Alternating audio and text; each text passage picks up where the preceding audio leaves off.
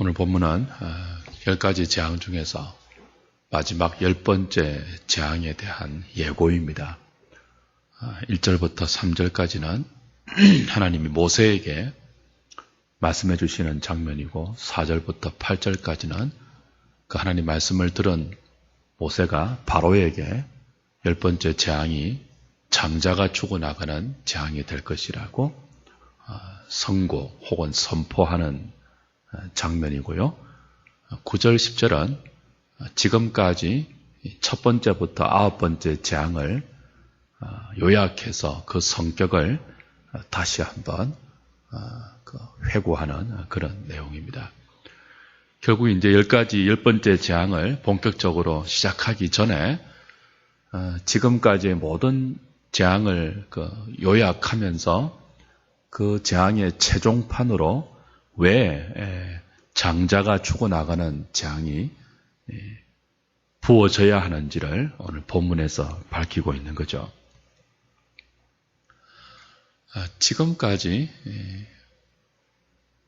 9번 거듭해서 일어난 재앙이 모두 무엇을 위한 재앙이라고 배웠습니까? 하나님이 어떤 분인지를 밝히 드러내 보이시는 성격이 있다고 했죠. 그리고 애굽이 섬기고 있는 모든 가짜 신들을 심판하는 성격이 덧붙여져 있었습니다. 그러니까 하나님은 나일강을 피로 붉게 변하게 하셨고 개구리와 그리고 이와 파리와 피부병과 전염병 그리고 우박과 메뚜기와 흑암의 재앙을 통해서 하나님은 이스라엘의 하나님만이 아니고 하나님이 지으신 모든 피조 세계의 주인이며 물과 하늘과 땅을 다스리는 통치자이며 애굽이 신으로 섬기고 있는 그 모든 것조차 하나님이 만드신 창조주임을 분명히 드러내셨습니다. 애굽의 마술사 또 그들의 마술이 조정하거나 흉내내지 못하는 것들, 아주 미세한 이로부터 거대한 물과 하늘의 모든 것들을 손수 붙드시고 그걸 재앙으로 사용할 수 있는 만물의 주인이 하나님이심을 분명히 9가지의 재앙을 통해서 보이셨죠. 마지막 10번째 재앙은 이 모든 것 위에 결정적인 한 가지 교훈을 더하여 주고 이제 구원을 이루어내십니다. 지금까지 9가지의 재앙을 통해서 밝히 드러내시고 보여주시고 또 나타내신 하나님의 하나님 되심, 그보다 훨씬 중요한 결정적인 하나님이 어떤 분이냐 하는 것들을 10번째 재앙을 통해서 보이시고 마침내 그의 백성을 애굽에서 이끌어내시죠. 이 결정적인 교훈, 10번째 재앙이 주는 결정적인 메시지가 무엇일까요? 4절, 5절에 그 내용이 있는데요. 한번 다시 읽어보십시다. 11장 4절, 5절 같이 읽을까요? 시작. 모세가 바로에게 이르되 여호와께서 이와 같이 말씀하시기를 밤중에 내가 애굽 가운데로 들어가리니 애굽 땅에 있는 모든 처음 난 것은 왕위에 앉아있는 바로의 장자로부터 맷돌 뒤에 있는 몸종의 장자와 모든 가축의 처음 난 것까지 죽으리니 그랬습니다. 자, 10번째 재앙의 핵심적인 내용이 뭐예요? 애굽의 모든 장자가 죽는 것입니다. 왕궁에 있는 바로의 장자도 예외가 아니고 몸종의 장자도 심지어 누구까지요? 가축의 처음 난 것까지 애굽에 있는 모든 것은 장자라면 다 죽는데요. 장자는 처음 난 것입니다. 근데 처음 난 것은 모든 것을 대표하는 대표성을 가지고 있습니다. 그러니까 애굽에 있는 장자가 다 죽는다는 것은 사실 뭐예요? 전부 죽는다는 뜻이에요. 그 밤에 애굽의 장자가 다 죽는다는 것은 애굽에 속한 모든 것이 다 죽는다는 것을 의미하는 거죠. 그런데 중요한 것은 이것이 왜 중요냐 하는 것입니다. 4절에 자세히 보시면요. 그 밤에 하나님이 뭐 하신다고 하셨죠? 그 밤에 내가 애굽 가운데로 뭐 한다고요? 들어가리니, 들어가면 애굽 땅에 있는 모든 장자, 처음 난 것이 다 죽게 될 것이다. 그래서 6절에 전무후무한 큰 부르짖음이 애굽 온 땅에 있을 것이다. 그랬습니다. 하나님이 장자를 죽이신다고 하지 않았습니다. 분명히 여러분이 유념하셔야 되는 내용인데요. 밤중에 하나님이 애굽 땅에 뭐 하시니까요? 그냥 들어가는데 하나님은 그냥 들어가신다고요. 들어가시는데 결과는 뭐예요? 다 죽는다고요. 장자는 대표라고 하지 않았습니까? 애굽에 들어가니까 애굽에 있는 것이 다 죽는다고요. 이게 10번째 재앙의 핵심적인 내용입니다. 그럼 여러분 이것을 궁금하게 여길 수 있으셔야 돼요. 왜 이런 과정을 통해서 구원을 하시는가? 우리 누차 말씀드렸죠. 하나님이 단번에 애굽에서 쑥 하고 끄집어낼 수 있는데 그렇게 하지 아니하고 바로의 마음을 완강하게 그냥 그대로 내버려 두시면서까지 굳이 10가지 재앙을 다 일으키시고 그리고 마지막 장자의 재앙까지 다 하고 나서 그리고 그의 백성을 이끌어내신다고요. 그러면서 그 과정에서 하나님이 어떤 분인지를 온 애굽과 이스라엘과 모든 피조세계 가운데 보이신다고요. 소문이 나게 하신다고요. 하나님이 이런 분이시구나. 그리고 그 절정이 뭐예요? 10번째 재앙, 10번째 재앙. 그리고 10번째 재앙의 핵심이 뭐예요? 하나님이 들어오시니까 많은 거예요? 죽는 거예요. 하나님이 밤중에 애굽에 들어오시니까 애굽의 장자는 바로의 장자이든 몸종의 장자이든 가축의 장자이든 애굽에 속한 것은 다 죽어요. 왜 죽을까요? 하나님이 들어오는데. 하나님이 생명의 하나님이잖아요.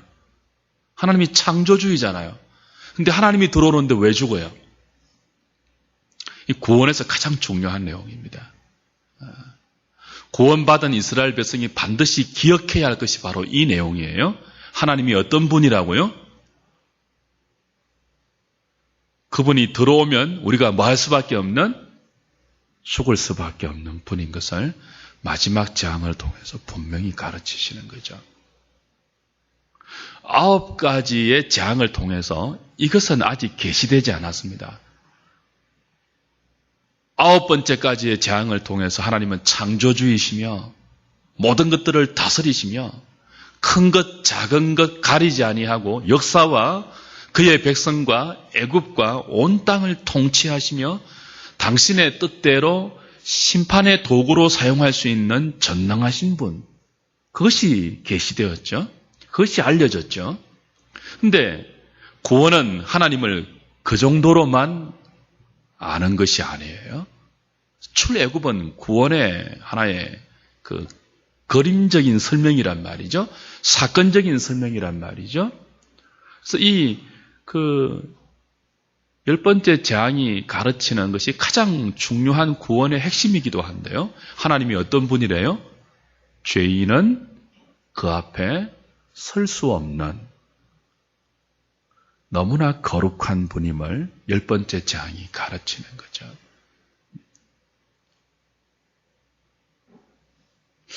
들어오시는데 그냥 죽어버리는 거예요.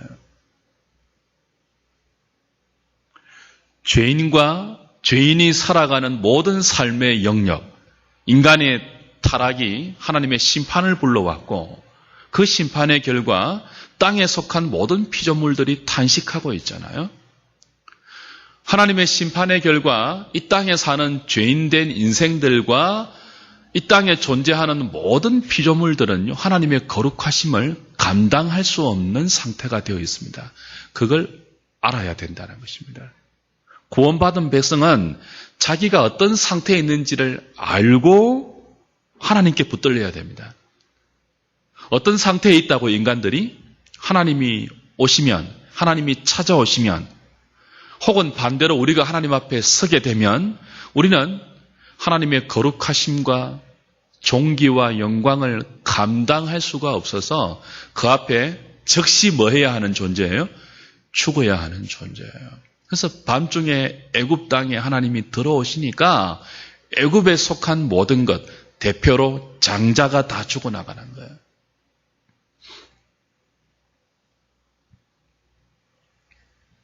하나님이 들어오시는데 모두가 죽을 수밖에 없는 현실. 하나님이 들어오시는 것이 왜 재앙이 되는가? 이건 구원의 가장 중요한 두 국면 중에 하나입니다. 구원이 뭐예요? 하나님이 들어오시는데 안 죽는 게 구원이에요. 하나님 앞에 서는데 안 죽는 게 구원이라고요.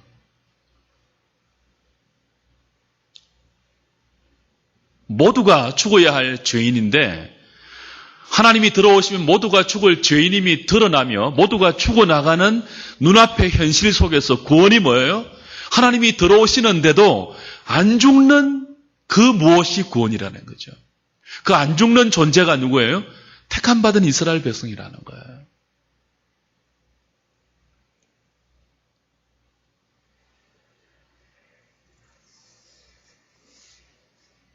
사실은 이스라엘도 애굽 사람과 똑같죠.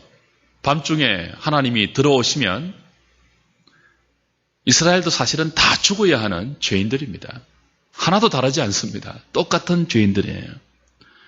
근데 그들은 왜 삽니까? 이스라엘의 장자는 왜 살죠? 장자가 산다는 것은 이스라엘에 속하면 다 산다는 것을 의미해요. 애굽에 속한 장자는 짐승까지 다 죽었고요. 이스라엘에 속한 장자는요, 개도 건재하다고요. 7절에 보면, 7절에 뭐라고 되어 있습니까? 자, 6절, 7절 다시 한번 보십시오. 애굽 온 땅에는 전무후무한 큰 부르짖음이 있고 장자의 죽음 때문에 그죠? 그러나 이스라엘 자손에게는요, 사람에게나 짐승에게나 개 한 마리도 그 혀를 움직이지 아니하리니 개까지 온전히 지켜진다는 거예요. 뭐예요? 이스라엘에 속하면 하나님이 들어와도 죽어야 하는 것이 당연한데 죽지 않고 살아 있다는 것입니다. 왜 살아 있을까요?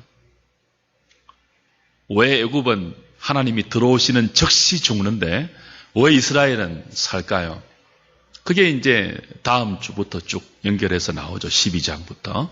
여러분 아시잖아요? 장자의 재앙이 애굽 전역을 하나님이 들어오시면서 지나가잖아요. 근데 이스라엘이 왜 산다고요? 뭘 가르쳐 줬습니까? 그 밤에 유월절 어린 양을 죽여서 그 어린 양의 피를 집 문설주와 좌우 임방에 바르면 하나님의 심판이 뭐예요? 그 어린 양의 피가 발라진 이스라엘의 집을 뛰어넘는 거예요. 그게 뭐죠? 유월이에요. 유월. 패스오버. 하나님이 들어오시면 죽음이 지나간단 말이에요. 하나님의 거룩하심을 감당하지 못하는 죄인된 인생들에게 하나님이 들어오시는 순간은 죽음이 지나가는 시간이란 말이에요. 근데 그건 이스라엘이나 애굽이나 다 똑같아요. 모두가 똑같아요. 근데 왜 이스라엘은 살죠? 어린 양의 피가 발라져 있는 거죠. 어린 양의 피를 보고 죽음이 패스오버 뛰어넘는 거예요. 그게 구원입니다. 모두가 죽어야 하는 죄인인데 이스라엘은 어린 양의 피로 그 죽음이 자신을 뛰어넘어서 살아나게 되는 거죠. 그럼 이스라엘의 살아남은 누구 때문입니까? 자신들 때문입니까? 하나님 때문입니까? 하나님 때문이죠. 그래서 오늘 이제 본문에서 강조되는 것이 애굽과 이스라엘의 구별이에요. 구별. 8절 보십시오. 7절 후반부 여호와께서 애굽 사람과 이스라엘 사이를 뭐 하는 줄을요? 구별하는 줄을 너희가 알리라 하셨나니 구원은 이것을 알게 하심으로 우리에게 임하는 것입니다. 이스라엘이 왜 구원받죠? 왜 살아나죠? 하나님이 구별해 주셨기 때문에 그래요. 이스라엘 때문에 구원받는 것이 아니고 자신들 때문에 구원받는 것이 아니고 구별해 주시는 하나님 때문에 죽음이 지나가는데 살아있는 거예요. 그게 뭐라고요? 구원이에요, 구원.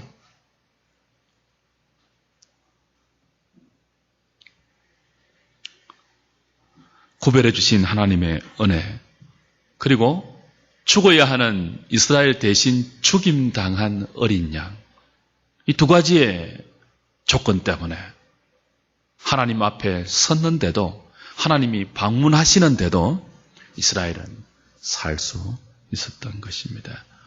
오늘 저와 여러분들이 구원받은 하나님의 자녀들입니다.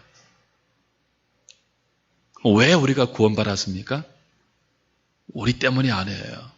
두 가지입니다. 하나는 뭐죠? 우리를 구별해 주신 하나님의 은혜입니다. 이거 신약식으로 말하면요, 택해 주신 것입니다. 그리스도 안에서 구별해 주셨다고요. 아무 조건 없이. 우리는 왜 구별해 주셨는지 몰라요. 왜 애굽은 버리고 왜 이스라엘은 택했는지 우리 몰라요. 그러나 그의 기쁘신 뜻대로 그리스도 안에서 만세전에 택함을 입은, 이 구별함을 입은 이 은혜 때문에 저와 여러분들이 죽어야 하는데 죽지 않고 살아있는 하나님의 자녀가 된 것입니다. 자녀가 된 정도가 아니고 하나님을 모시고 사는, 하나님을 감당할 수 없는 죄인 된 우리가 감히 하나님을 모시고 사는, 그분과 동행하며 그분과 함께 살아가는 너무 귀한 복을 받은 거예요. 구원이 그런 거예요. 감당이 안 되는 복이에요. 구원은 하나님과 함께 하는 것입니다. 애굽에 종되었던 이스라엘을 끄집어내어 그의 하나님이 되시는 것처럼 죄와 사망에 종되어 있던 우리들을 끄집어내어서 하나님과 함께 하시는 거예요. 그래서 마태복음 1장 보면요, 예수님을 임마누엘이라고 하시죠. 그리고 그 임마누엘을 하나님이 자기 백성을 저희 죄에서 구원하시는 방식이라고 설명하십니다. 그 하나님의 구원은 우리와 함께 하심으로 만들어 가시는 구원이에요.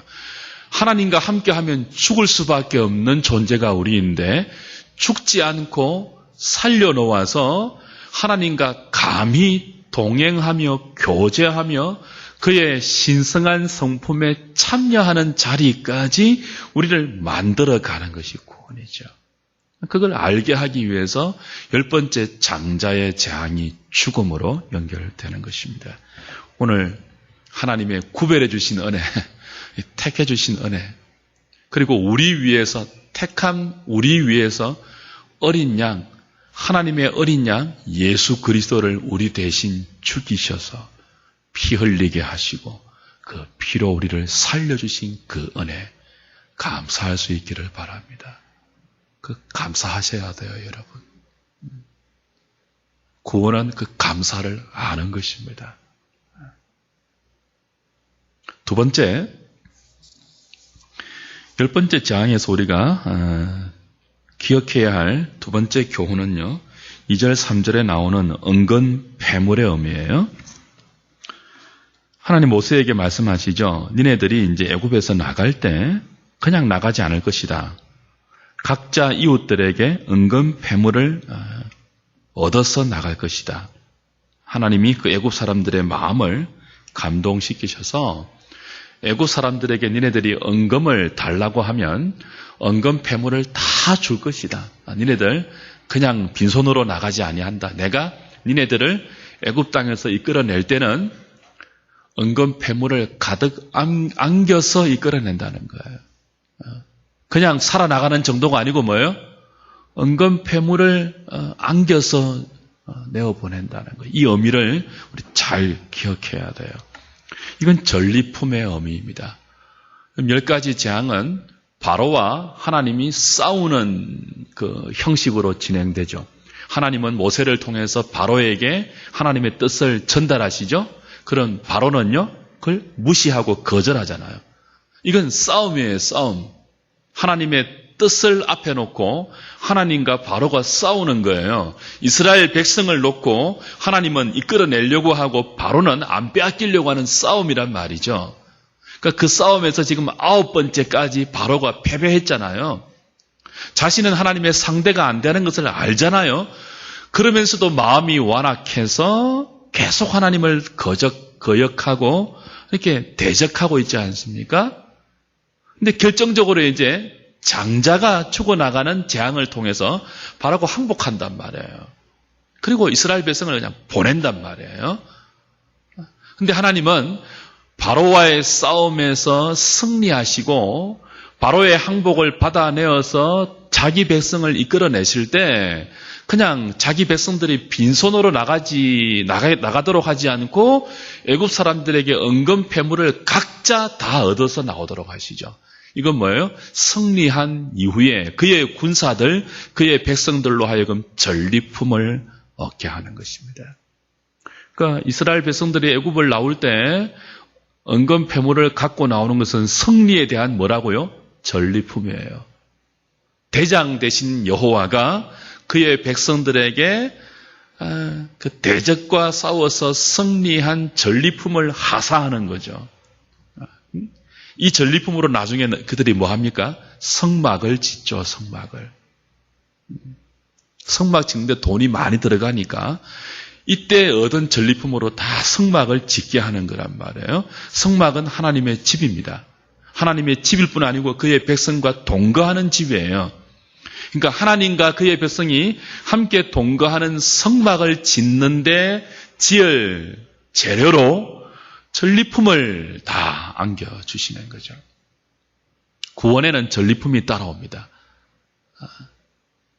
우리의 구원은 출애굽이 하나의 어떤 그림적인 모티브를 제공하고 있는데 이스라엘 백성들이 애굽에 종되었던 것처럼 우리가 죄와 사망에 종되어 있었잖아요. 구원은 죄와 사망에 종되었던 우리들을 해방시키는 거란 말이에요. 출애굽하듯이. 근데 해방시키는 과정에서 우리는 단번에 나올지 모르겠지만 해방시키는 과정에서 우리를 종으로 삼고 있는 사탄과 우리를 건지려고 하는 하나님 사이에 전쟁이 있단 말이에요. 전쟁이. 죄와 사망과 하나님이 싸우신단 말이에요. 그 싸움에서 그리스도의 십자가와 부활로 승리하시고 우리를 건지잖아요. 그리고 승리하시고 우리를 이끌어내셔서 자기 백성 삼으실 때 우리를 그냥 구원하시는 것이 아니고 뭐 한다고? 전리품을 주신다고요. 선물을 주신다고요. 그럼 신약 백성인 오늘 저와 여러분들이 그리스도의 은혜로 죄와 사망에서 구원을 받고 하나님께 받은 전리품, 선물이 뭘까요? 그 전리품으로 성막에 해당되는 성전을 짓죠. 우리의 성전을 짓죠. 그럼 힌트가 오죠. 뭘까요? 성령의 선물이죠. 성령의 선물. 이제 신약 성도들은 구약 이스라엘 백성들처럼 은금 패물을 전리품으로 선물 받는 것이 아니고 비교할 수 없는 은금 패물과 비교할 수 없는 훨씬 좋은 선물을 그리스도가 승리한 대가로 우리가 값없이 받게 됩니다. 뭐라고요? 성령의 은혜입니다. 성령의 은혜. 그 성령의 은혜로 우리가 무엇으로 지어져 갈까요?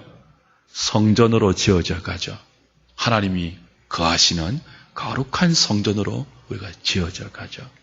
그래서 오늘 저녁에 우리가 정말 구해야 될 것이 하나 있습니다. 하나님이 주신 가장 귀한 선물인 저와 여러분들 많이 구할 수 있고 또 얻을 수 있는 귀한 선물. 아버지에게 구하면 아버지가 거절하지 않고 반드시 주시는 선물.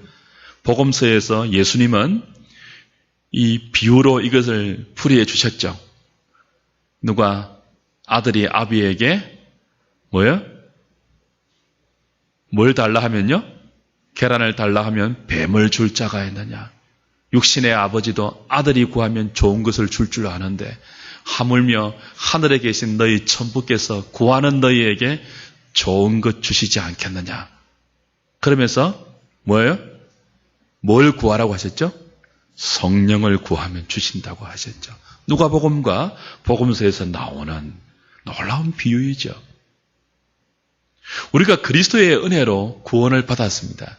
죄와 사망에 종된 상태에서 그리스도가 승리하신 이 승리의 결과로 우리가 해방이 되었단 말이죠. 근데 하나님은 그리스도의 승리의 결과로 우리에게 놀라운 전리품, 놀라운 선물을 안겨주셨는데 그게 뭐죠? 아버지와 아들이 주시는 성령의 선물이에요. 그걸 우리 구해야 돼요. 성령의 은혜가 있어야지 우리가 누구인지를 바로 알게 됩니다. 구원받은 내가 어떤 존재인 줄을 알게 됩니다. 나는 하나님의 거룩하심을 감당할 수 없는, 하나님 앞에 지금 당장 죽을 수밖에 없는, 하나님의 영광 앞에 녹을 수밖에 없는 비천한 죄인임을 성령의 깨닫게 하시는 은혜 가운데 알 수 있습니다. 성령의 은혜 가운데 나 같은 죄인을 구원하신 하나님의 은총과 하나님의 사랑을 알 수 있죠. 성령의 은혜만이 우리로 하여금 그리스도를 통해서 우리에게 베풀어 주신 하나님의 사랑의 깊이와 높이와 길이와 넓이를 알게 해 주십니다. 우리는 구원받고 나서도 여전히 생존 경쟁의 살벌한 이 현실 속에서 살아가야 합니다. 성령의 은혜가 있을 때만 이 피나는 경쟁 속에서 담대할 수 있습니다. 세상 사람들처럼 악으로 악을 이기기 위하여 우리를 독함으로 무장하지 않고도 이 세상 속에서 믿음으로 담대하게 살 수 있게 하시는 분이 누구예요? 성령 하나님이십니다. 성령 하나님만이 죄를 알게 하고 심판을 알게 하고 이 땅에 발을 딛고 살지만 하늘의 소망을 가지고 살게 하십니다. 성령의 은사입니다. 성령 하나님만이 이 땅은 잠시 지나가는 다리와 같은 곳임을 알게 하시고 우리가 영원히 사모해야 할 본향이 하늘에 그리스도 안에서 준비되어 있다는 사실을 알게 하십니다. 성령의 능력으로 죄를 이길 수 있습니다. 성령의 능력으로만 우리 자신을 이길 수 있습니다. 그래서 우리는 성령을 부지런히 구해야 합니다.